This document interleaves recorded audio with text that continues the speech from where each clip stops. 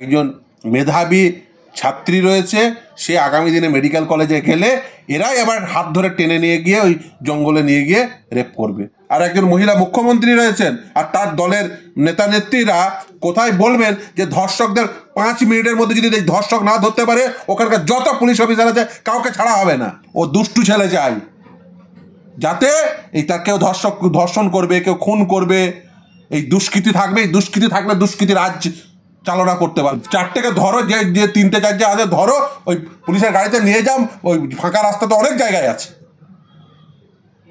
Treatment করতে পারলে একটা ট্রিটমেন্ট করে দিন, আর কোনো ধর্ষক থাকবে না। তাহলে মমতা ব্যানার্জির ক্ষমতা থাকার পূর্ব শর্ত হলো পশ্চিমবঙ্গে ধর্ষক থাকতে হবে, খুনি থাকতে হবে, শওকত থাকতে হবে, আরাবুল থাকতে হবে, অনুব্রত থাকতে হবে, দুষ্কৃতীরা থাকতে হবে। এদের সঙ্গে তৃণমূল কংগ্রেসের নেতা নেত্রীরা মাথায় হাত রয়েছে এদের, খুব স্বাভাবিক। আপনি আপনার বাড়ির ছেলে মেয়েকে ভালো করে পড়াশোনা করাচ্ছেন, আপনি ভাবছেন একটা মেডিকেল কলেজে বা ইঞ্জিনিয়ারিং কলেজে বা ল কলেজে ঢুকবে, তারপরে তার পরিণতি কি হচ্ছে এ রাজ্যে। মুখ্যমন্ত্রী একবার বলেছিলেন না, তিনি গুন্ডা কন্ট্রোল করে, এখন গুন্ডারা এই প্রশাসনকে কন্ট্রোল করছে। ছাত্রী খেতে যাবে রাত্রিবেলায়, রাত্রি 8টার সময় তাকে নিয়ে গিয়ে টেনে নিয়ে গিয়ে ধর্ষণ করে দেবে, অন্য একটা রাজ্য থেকে পড়তে এসছে, মানে রাজ্যের কি ছবি তৈরি হচ্ছে। এটাই পশ্চিমবঙ্গের মানুষ দেখুন। মেডিকেল কলেজের একজন post graduation trainee, PG trainee, তিনি ধর্ষিতা হলেন, খুন হয়ে গেলেন, অভয়া। তারপরে ল কলেজ, সেখানে ধর্ষণ। আর আজকে দুর্গাপুর মেডিকেল কলেজ, সেখানে গণধর্ষণ। এ রাজ্যের নিরাপত্তা কোথায়? নারীদের নিরাপত্তা কোথায়?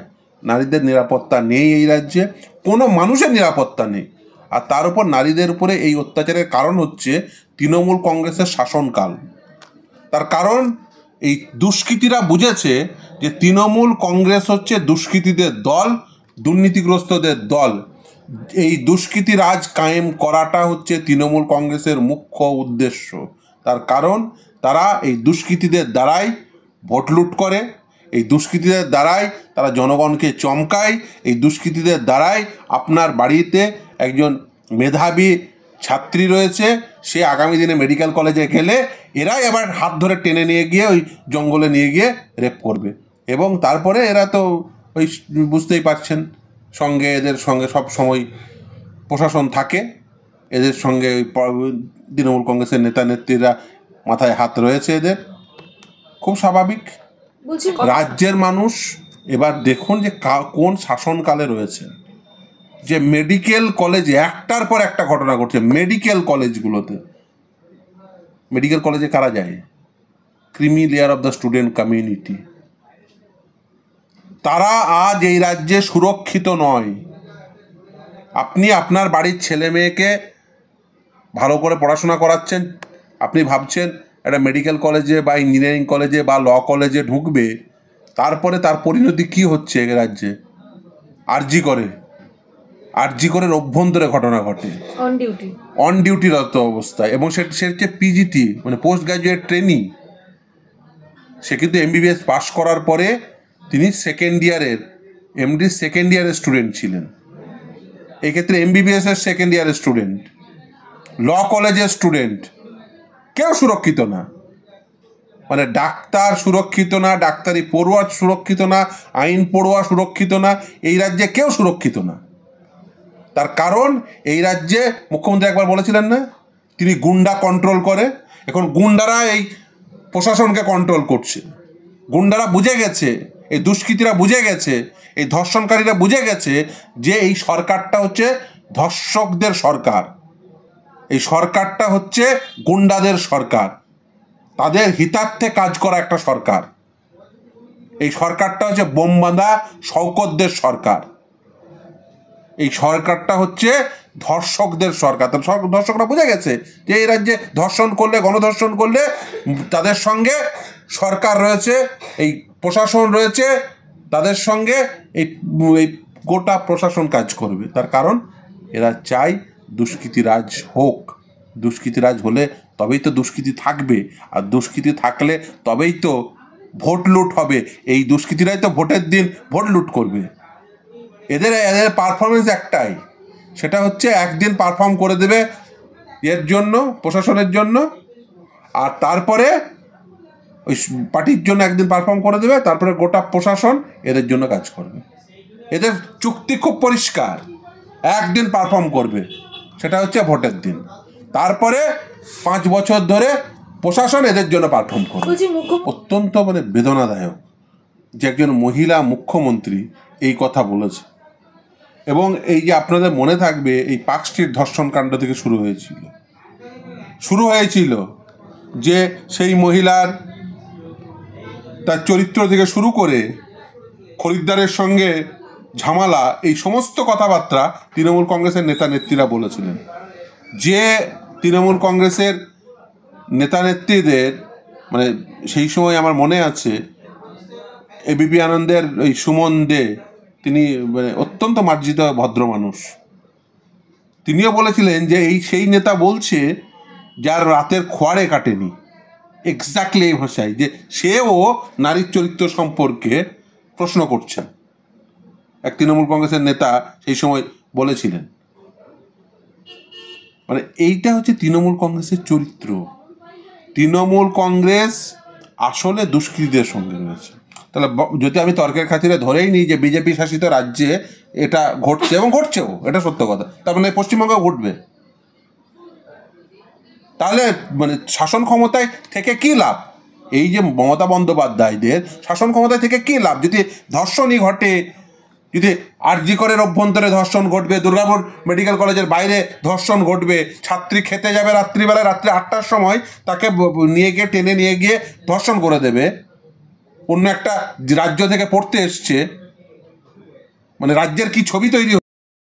যেখানে একজন মেডিকেল ছাত্রী, সেকেন্ড ইয়ারের মেডিকেল ছাত্রী রাত্রি 8টার সময় যদি রেস্টুরেন্টে খেতে বেরোয়, তাহলে তাকে ধর্ষিতা হয়ে ফিরতে হবে, গণধর্ষিতা হয়ে।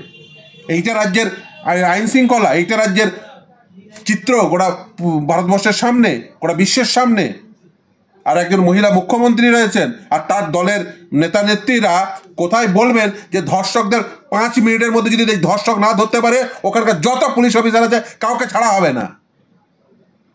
আর ওই যেখানে মেডিকেল কলেজটা দুর্গাপুরে, সেই অঞ্চলে কেন পুলিশ ছিল না?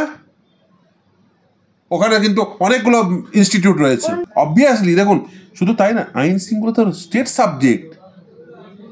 আসলে দেখুন, সব জায়গায় পুলিশ থাকবে না, কিন্তু দুষ্কৃতীদের মনে তো ভয় থাকবে। এখানে আরজি করে কি ঘটেছিল? আরজি করে ধর্ষণ খুন হয়ে যাওয়ার পরে রাজ্যের মাননীয় মুখ্যমন্ত্রী নিজে বলেছেন যে আমি ইনভেস্টিগেশন মনিটর করছি, আর তার মনিটরিংয়ে এভিডেন্স ট্যাম্পার হয়েছে। এখনো পর্যন্ত সিবিআই তাকে ডাকেনি। সেই এভিডেন্স ট্যাম্পারিংয়ের কি ফেট হলো গোটা রাজ্যের মানুষ জানতে চায়। পার্ক স্ট্রিট ধর্ষণ কাণ্ড ঘটে, তারপরে তৃণমূল কংগ্রেসের নেতা নেত্রীরা তারা মহিলার চরিত্র নিয়ে প্রশ্ন করে, বলে মহিলার সঙ্গে তার খরিদ্দারের বনিবনা হয়নি, এই সমস্ত কথাবার্তা বলে। তৃণমূল কংগ্রেসের একটা বিবৃতি পাবেন না যেটা একটা ধর্ষককে ছাড়া হবে না বলেছে, ওরা বলবে না। তার কারণ তৃণমূল কংগ্রেস রয়েছে, মমতা ব্যানার্জি রয়েছে, এরা রয়েছে ধর্ষকদের সঙ্গে। আপনি একটা মমতা ব্যানার্জির স্টেটমেন্ট দেখান যে বলেছে এই যে ধর্ষক তার ফাঁসিতে ঝোলাবো, বলেছে? একটা স্টেটমেন্ট দেখান, আপনি একটা স্টেটমেন্ট দেখান। আমি তৃণমূল কংগ্রেসের প্রত্যেককে চ্যালেঞ্জ করছি, মমতা ব্যানার্জি জীবনে বলবে না। তার কারণ মমতা ব্যানার্জি রয়েছে, ও জানে এই ধর্ষকদের ধর্ষণ করতে দিলে ওর লাভ হবে। তার কারণ এই যারা বলে না দুষ্টু ছেলে, ভালো ছেলে হওয়ার দরকার নেই, দুষ্টু ছেলে তৈরি হন, ও দুষ্টু ছেলে চাই, যাতে তার কেউ ধর্ষণ করবে, কেউ খুন করবে, এই দুষ্কৃতি থাকবে। এই দুষ্কৃতি থাকলে দুষ্কৃতি রাজ চালনা করতে পারবে, কারণ ও জানে যে যদি প্রকৃতভাবে ভোট হয় তাহলে ও ক্ষমতায় থাকতে পারবে না। এই পশ্চিমবঙ্গে ওকে দুষ্কৃতীদের চাষ করতে হবে। বলেন একসময় আমি দুষ্কৃতি কন্ট্রোল করি, দুষ্কৃতি কন্ট্রোল করেন উনি চান দুষ্কৃতি ওনার কন্ট্রোলে থাকুক। ওই জন্য কোনোদিন দেখবেন না কোনো ধর্ষকের বিরুদ্ধে কোনো স্টেটমেন্ট দিতে, একদম যে হ্যাঁ আমি রাজ্যের মুখ্যমন্ত্রী বলছে ধর্ষককে ফাঁসিতে ঝোলানো হবে। রাজ্যের মুখ্যমন্ত্রী যদি চায় যে কোনো ধর্ষক থাকবে না, রাজ্যে ধর্ষক থাকবে? ও ট্রিটমেন্ট সবাই জানে। ওই চারটেকে ধরো, যে যে তিনটে চারটে আছে ধরো, ওই পুলিশের গাড়িতে নিয়ে যাও, ওই ফাঁকা রাস্তা তো অনেক জায়গায় আছে। ও ট্রিটমেন্ট করতে পারলে একটা ট্রিটমেন্ট করে দিন, আর কোনো ধর্ষক থাকবে না। আমি বলছি তো, মমতা ব্যানার্জির একটা স্টেটমেন্ট দেখান, বলবে ধর্ষককে ফাঁসিতে ঝোলাবো। একটা স্টেটমেন্ট দেখান, তারা তো বলছে যে একটা স্টেটমেন্ট দেখান যে ধর্ষককে চরম শাস্তি দেবো। সঞ্জয় রায়কে ধরেছে একেবারে কয়েক ঘন্টা। আপনি স্টেটমেন্ট দেখাতে পেরেছেন? আজকে আমি বলছি একটা স্টেটমেন্ট দেখান। মমতা ব্যানার্জির আমলে তো কম ধর্ষণ হলো না, একটা স্টেটমেন্ট দেখান। উনি বরঞ্চ ধর্ষণ ঘটলে খরিদ্দারের সাথে সেই মহিলার বনিমনা হয়েছে কিনা, প্রেগনেন্ট ছিল কিনা, প্রেমের সম্পর্ক ছিল কিনা, এইসব খুঁজে বেড়ান এই ভদ্রমহিলা।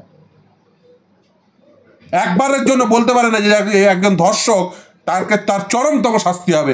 আমার রাজ্যে কোনো ধর্ষক থাকতে পারবে না। আপনাদের জমানা তো অনিতা দেওয়ান হয়েছে, কুণাল ঘোষ বলছে। কোনোদিন জ্যোতি বসু বা বুদ্ধদেব ভট্টাচার্য বলেছে যে ওটা খরিদ্দারের সাথে ঝামেলা? কোনোদিন তারা বলতে গেছে যে ওর সঙ্গে তার প্রেমিকের সম্পর্ক ছিল এবং প্রেগনেন্ট ছিল? এই ভদ্রমহিলা বলে বেড়ায় কেন?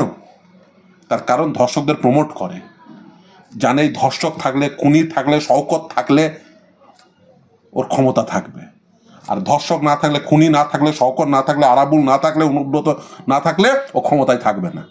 তাহলে মমতা ব্যানার্জির ক্ষমতা থাকার পূর্ব শর্ত হলো পশ্চিমবঙ্গে ধর্ষক থাকতে হবে, খুনি থাকতে হবে, শওকত থাকতে হবে, আরাবুল থাকতে হবে, অনুব্রত থাকতে হবে, দুষ্কৃতীরা থাকতে হবে, দুর্নীতিগ্রস্তরা থাকতে হবে। তাহলে মমতা ব্যানার্জির ক্ষমতার মূল সূত্রধর হলো এই ধর্ষকরা, দুষ্কৃতীরা, আরাবুলরা, শওকতরা, অনুব্রতরা। এরা হচ্ছে মমতা ব্যানার্জির সূত্রধর।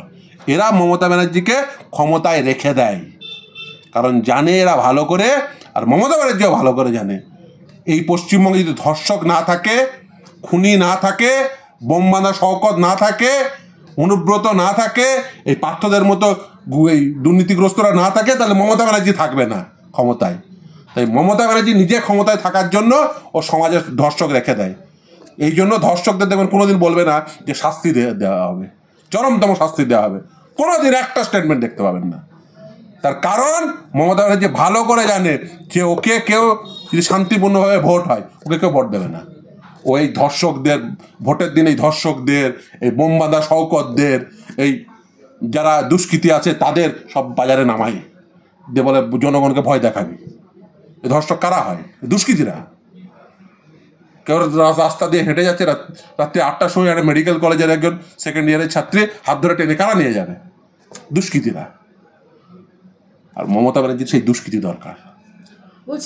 এই যে ধমকে চমকে ভাবছেন যে ওই যে এতদিন ধরে যে অপকাণ্ড করে এসছেন, মৃত ভোটাররা ভোটের দিন সব তৃণমূল কংগ্রেসের বদান্যতায় ভোট দিয়ে যেত, ওই একই চর্চা চালাবেন। আমি বলছি দেখুন, এসআইআর এর মাধ্যম দিয়ে একটা যারা ভোটার, প্রকৃত ভোটার, একজনেরও নাম বাদ দেওয়া যাবে না।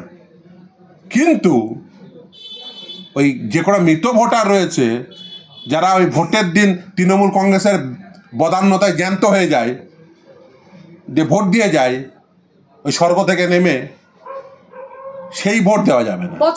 ইলেকশন কমিশন তাকে অ্যাপয়েন্টমেন্ট দিয়েছে। সেই সিইও তিনি যদি চাকরিরত অবস্থায়, মানে পশ্চিমবঙ্গ সরকারের অধীন ছিলেন যখন, তখন যদি কোনো অপকর্ম ঘটিয়ে থাকে, ধরুন দুর্নীতি করে থাকে বা ব্যক্তিগত কোনো অপকর্ম করে থাকে, আমার প্রথম প্রশ্ন, তখন ব্যবস্থা নিলেন না কেন? আচ্ছা, আমার দ্বিতীয় প্রশ্ন, যদি তিনি অপকর্ম করে থাকেন, মানে দুর্নীতি করে থাকেন বা কোনো ব্যক্তিগত অপকর্ম থাকে, তাহলে তার নাম রেকমেন্ড করলেন কেন সিইও হিসেবে? যিনি এই ইলেকশনের মতো একটা গুরুত্বপূর্ণ কাজের সঙ্গে যুক্ত থাকবে, যার এত দোষ ত্রুটি রয়েছে মমতা ব্যানার্জি জানে, তার নাম কী করে রেকমেন্ড হয়? তৃতীয় কথা হচ্ছে, আমি তর্কের কাছে ধরিলাম এই তখন তিনি বলতে ভুলে গেছিলেন, বা তখন তিনি মানে একটু যাই বলুন না কেন, হয়তো তার প্রতি একটু সদয় হয়ে এটা বলেননি। আজকে যখন বলছেন, কী ব্যবস্থা নিয়েছেন? আজকে যদি ওই আমলার বিরুদ্ধে, আমি ধরে নিলাম 5টা অভিযোগ আছে, এই 5টা অভিযোগ কোথায় জানিয়েছেন? ইলেকশন কমিশনকে জানিয়েছেন?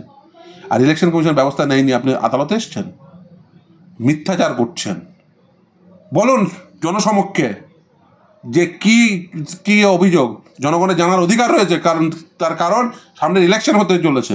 সেই জনগণের ভোটাধিকার যার দ্বারা সুরক্ষিত হবে, সে যদি এরকম দুশ্চরিত্র হয়, এরকম দুর্নীতিগ্রস্ত হয়, তার দ্বারা কেন জনগণের ফেট হবে, ফেট ডিসাইড হবে? এরকম একটা গুরুত্বপূর্ণ কাজে এরকম অফিসার থাকবে কেন? তাহলে মমতা ব্যানার্জি এটা থাকতে সহায়তা করছে। যদি মমতা ব্যানার্জির অভিযোগ সত্য হয়, তাহলে মমতা ব্যানার্জি এটা নিজের মধ্যে রেখে দিয়ে বেসিক্যালি মমতা ব্যানার্জি প্রমোট করছে। এই দুর্নীতিগ্রস্ত হন বা ব্যক্তিগত অপকর্মই থাকুক, সেই রকম ব্যক্তিকে ওই পদে থাকতে কে সহায়তা করছে? ধরুন এটা তো আর কেউ জানে না, মমতা ব্যানার্জি বলেছে তিনি জানেন, তাহলে তাকে এই পদে থাকতে কে সহায়তা করছে? কে সহায়তা করছে? মমতা ব্যানার্জি। আপনি ইলেকশন কমিশনকে জানিয়েছেন, ইলেকশন কমিশনকে জানাতে পারে, ফিরদৌস স্বামীকে জানিয়ে দিন, আমি বলছি মামলা করে দেবো। আমি ওর ক্ষমতা দেখাবে, জানাক। ও মিথ্যাচার করছে, মিথ্যা বলছে। যদি না এটা ডিসক্লোজ করতে পারে, তাহলে বুঝতে পারবো মিথ্যাচার করছে।